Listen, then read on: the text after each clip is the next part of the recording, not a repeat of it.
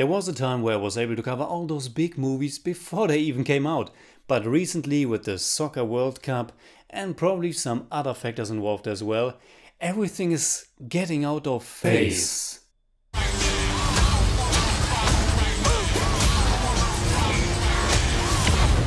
We're gonna die. I don't wanna die. We didn't die!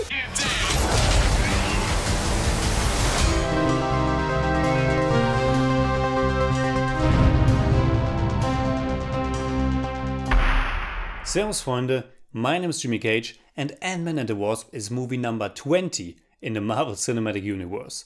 I think it was a rather brilliant move to follow up their biggest, most epic event film that was Avengers Infinity War with a light-hearted, down-to-earth superhero film. And what better character to choose for that than Ant-Man and the Wasp. But to be quite honest, I thought it was a bit too light and without enough stakes, and also done a bit lackluster to really make a strong impression. On the other hand, I kind of appreciate and applaud the simplicity of it all. Right from the start you know exactly what's going on. It takes less than 5 minutes maybe until that beautiful Marvel logo pops up, and in that short time period we get to know exactly what the movie is all about. Back in the day when it was still Hank Pym as Ant-Man, visualized in that now already familiar de-aging technology with a Michael Douglas who looks stunning, he was on a mission with his partner and wife Janet Van Dyne, aka the original Wasp. But in order to stop a deadly missile from reaching its destination, she had to go into the quantum realm to save the day. And ever since she was assumed to be gone. But with the knowledge from the previous installation, we now know that she might be still alive and it's up to our heroes to bring her back. That's it. I can't remember another film recently where the primary goal was made dead clear from the get-go. Bringing Janet back from the quantum realm is what it's all about, and that's about it. There really isn't that much more in terms of a story and especially stakes. There isn't even a real villain here. You get Hannah John Carmen as the mysterious ghost, but once her agenda is revealed in a really ordinary origin story flashback, you realize that she's not that evil at all, and her conflict with our good guys boils down to not more than a slight nuisance. John Carmen's performance was very neat and quirky at the beginning, but unfortunately her whole implementation into the overall story isn't that effective. Then there's Walton Goggins, another great and charismatic actor, who plays Sonny Birch. But he's not menacing, which could be fine, but he's simply not very interesting either. Just your typical greedy businessman, who's after Pym's invention. There's another mild antagonist in form of FBI agent Jimmy Woo, played by Randall Park. Because ever since the events of Captain America Civil War, Scott Lang is under house arrest and Woo and his team make sure that he doesn't join any superhero skirmishes. Of course he's not evil either, and this lighter, more upbeat approach to a superhero movie can work, but the stakes are really quite low, and without stuff that truly feels heroic, there simply was something missing for me. But on the other hand, Ant-Man and the Wasp, which was again directed by Peyton, has a lot going for it as well. From Paul Rudd as Scott to Evangeline Lilly as Hope Van Dyne, Michael Douglas as Hank, and of course Michael Pena as Lois. Everyone is adding a lot of joy and charisma, and the chemistry between those people works extremely well.